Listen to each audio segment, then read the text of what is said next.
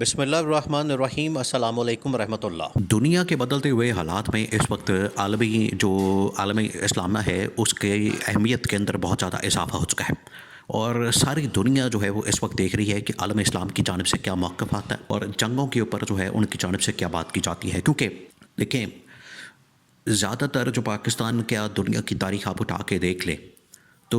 جب بھی جنگوں کا آغاز کیا گیا ہے، جنگیں شروع کی گئی ہیں، اس میں ہمیشہ مسلمانوں کو اور اسلام کو ٹارگٹ کیا جاتا ہے، ان کو نشانے پر رکھا جاتا ہے اور ان کے خلاف محاذ کھولا جاتا ہے۔ لیکن یہ پہلی مرتبہ ہو رہا ہے، اور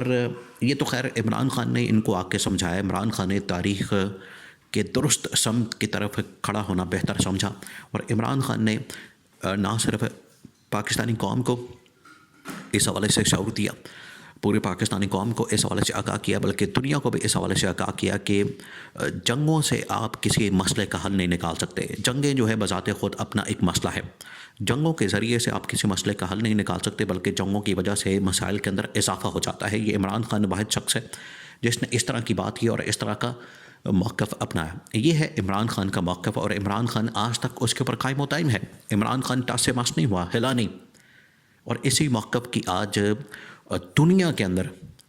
اس کو تسلیم کیا جا رہا ہے، اسی موقف کو آج دنیا کے اندر مانا جا رہا ہے۔ اب ہوا یہ ہے،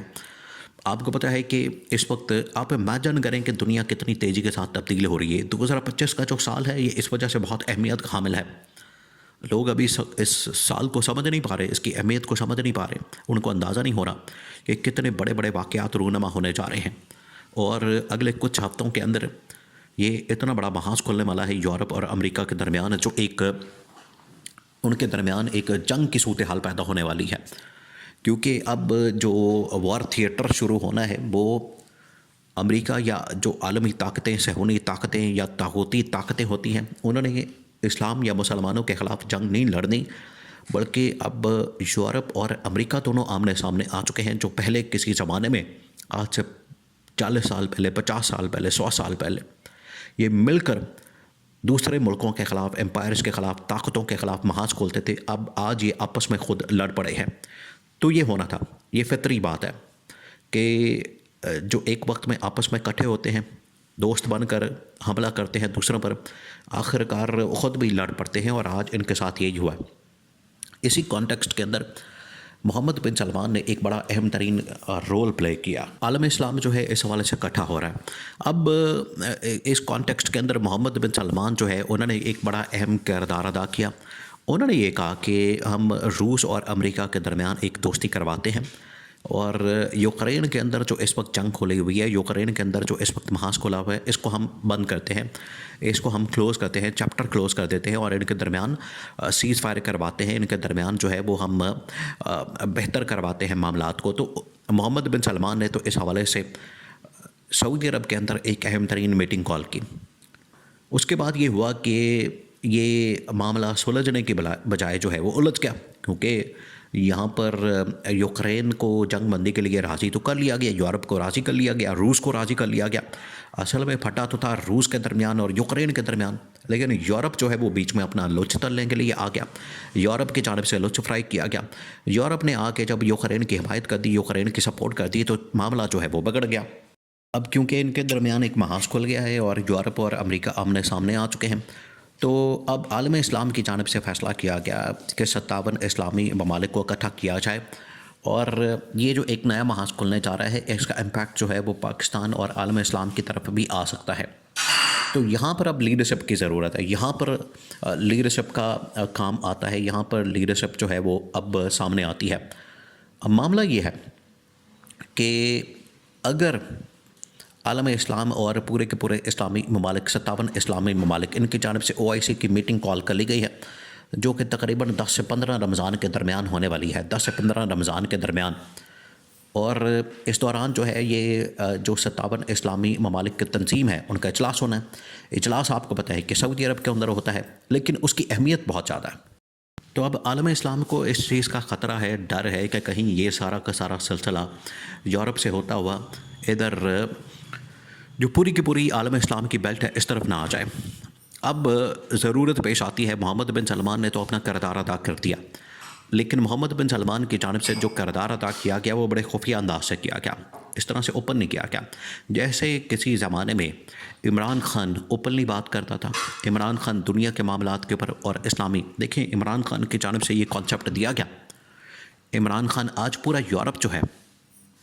وہ کیا بات کر رہے ہیں، وہ کہہ رہے ہیں کہ ہمیں ایک اتحاد کرنا چاہیے، ہمیں ایک سیکیورٹی پلیٹ فارم بنانا چاہیے نیٹو کی طرح، ہمیں مل کر جو ہے کسی بھی قوت کے خلاف، طاقت کے خلاف اگر محاذ کھولنا ہے مل کر کھولنا چاہیے۔ اور ویسے تو انہوں نے آپس میں ایک اتحاد بنایا ہوا ہے، یورپی یونین کے نام سے آلریڈی ان کا ایک اتحاد موجود ہے۔ اس کے علاوہ نیٹو کے اندر بھی وہ تمام کے تمام ممالک موجود ہیں، لیکن انہوں نے کہا ہے کہ ہم اب ریوائیو کرتے ہیں، اور ریوائیو کر کے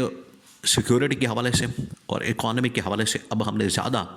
مضبوط کرنا ہے اپنے آپ کو، اور سیکیورٹی کے حوالے سے بھی اب ہم نے اپنی طاقت کو اور زیادہ بڑھانا ہے۔ اب اگر یہ ایک موقع بھی ہے، اپرچونٹی بھی ہے، اور اس کو ایک خطرے کے طور پر بھی دیکھا جا سکتا ہے کہ آج تو آپس میں یہ اکٹھے ہو رہے ہیں اور انہوں نے امریکہ کے خلاف محاذ کھول دیا، ہو سکتا ہے کہ سال بعد یہ دنیا میں ایک نیا محاذ کھولتے ہیں، کیونکہ جب اس طرح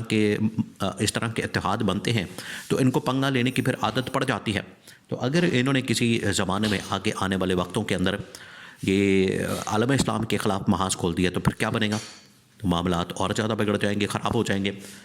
اس کی وجہ سے اب صورتحال یہ ہے کہ عالمی سطح کے اوپر اگر ایک تگڑی اور مؤثر آواز چاہیے تو وہ صرف اور صرف عمران خان کی ہے۔ اب عمران خان نے تو بڑے زبردست انداز سے عالم اسلام کا موقف اٹھایا تھا، اور عمران خان نے کہا تھا کہ ہمیں بھی اسی طریقے سے دنیا میں اپنا ایک پلیٹ فارم بنانے کی ضرورت ہے، سیکیورٹی کے حوالے سے، اکانومی کے حوالے سے،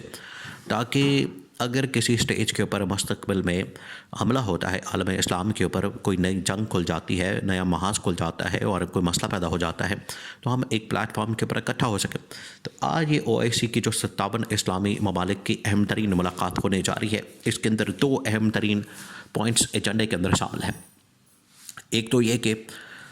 اگر یہ اتحاد بنتا ہے تو اس کا امپیکٹ عالم اسلام کے اوپر کیا ہوگا، دوسرا یہ کہ یہاں اگر ہمیں خطرہ ہوتا ہے تو ہمیں آپس میں بھی ایک اکانومی کو مضبوط کرنے کے لیے، آپس میں سیکیورٹی کو مضبوط کرنے کے لیے ایک اتحاد بنانے کی ضرورت ہے، تاکہ ہم بھی ان کا مقابلہ کر سکیں اور ان کو جواب دے سکیں۔ کسی بھی سٹیج کے اوپر اگر کوئی شرارت ہوتی ہے، کوئی حرکت ہوتی ہے، تو اس کا منہ توڑ جواب دیا جا سکے۔ اور وہاں پر آج بھی کمی محسوس کی جاتی ہے۔ پاکستان سے ضرور پاکستان کو دعوت دی گئی ہے اس حوالے سے، آپ بھی سیکیورٹی اسٹیبلشمنٹ بھی اور گورنمنٹ بھی، لیکن وہ اس طرح سے بات نہیں کر سکتے، اس طرح سے بات نہیں کر سکتے، اس طرح کی ریپرزنٹیشن اور نمائندگی نہیں کر سکتے۔ یہ صرف عمران خان کر سکتا ہے، لیکن عمران خان کیونکہ پابند سلاسل ہے، جیل ہے، اس کی وجہ سے جو اسلامی ممالک ہے وہ آج بھی عمران خان کی رہائی کی ڈیمانڈ کرتے ہیں۔